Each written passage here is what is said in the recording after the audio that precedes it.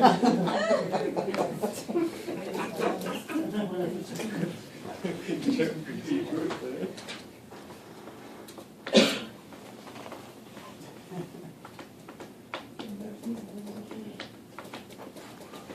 ready?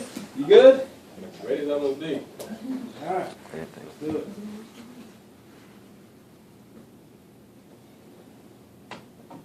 Good afternoon.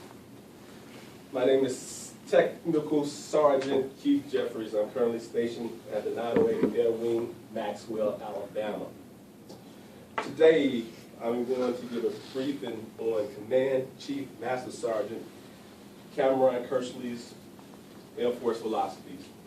His philosophies details the direction in which the Air Force organization and cultural structure are going to. He believes that the transformation is just not about building a bigger Air Force or producing air power, but it begins and ends with the airmen. By investing in the airmen in the areas of physical training, adaptability, leadership, development, and doing more with less. This will enhance the Air Force operation by optimizing its Air Force and space capabilities. I was privileged to meet Command Chief Master Sergeant Cameron Kersley in March of 2010 as he hosted the Air Force first non-commissioned officer leadership course at Maxwell, Alabama. While observing the class from the rear, the Command Chief, a person asked the Command Chief a question about the physical training standards. And basically the question was about being able to pass the physical training test, the push-ups, the sit-ups, and a 1.5-mile run. However, this individual had a difficult time passing the height and weight standard. So, my question is to you, should that person be kicked out of the military because he's not able to pass the height and weight standard? So basically, I distinctly remember Command Chief Kersley saying, the Air Force is moving into a different direction, and we as airmen should be willing to adapt to those changes.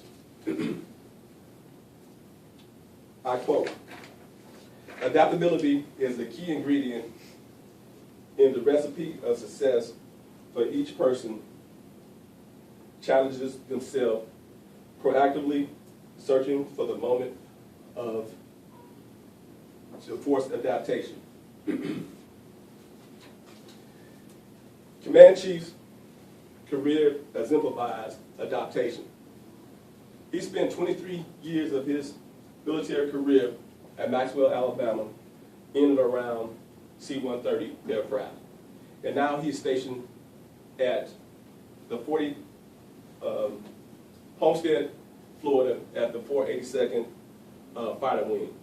And as you know, coming from heavies to fighters is a different ballgame. Also, he states that because of the economic downfalls, airmen must prepare themselves for the future and find better ways to do business. In conclusion, after 9/11, our whole country as a whole has been in a transformation state, and so has the armed forces.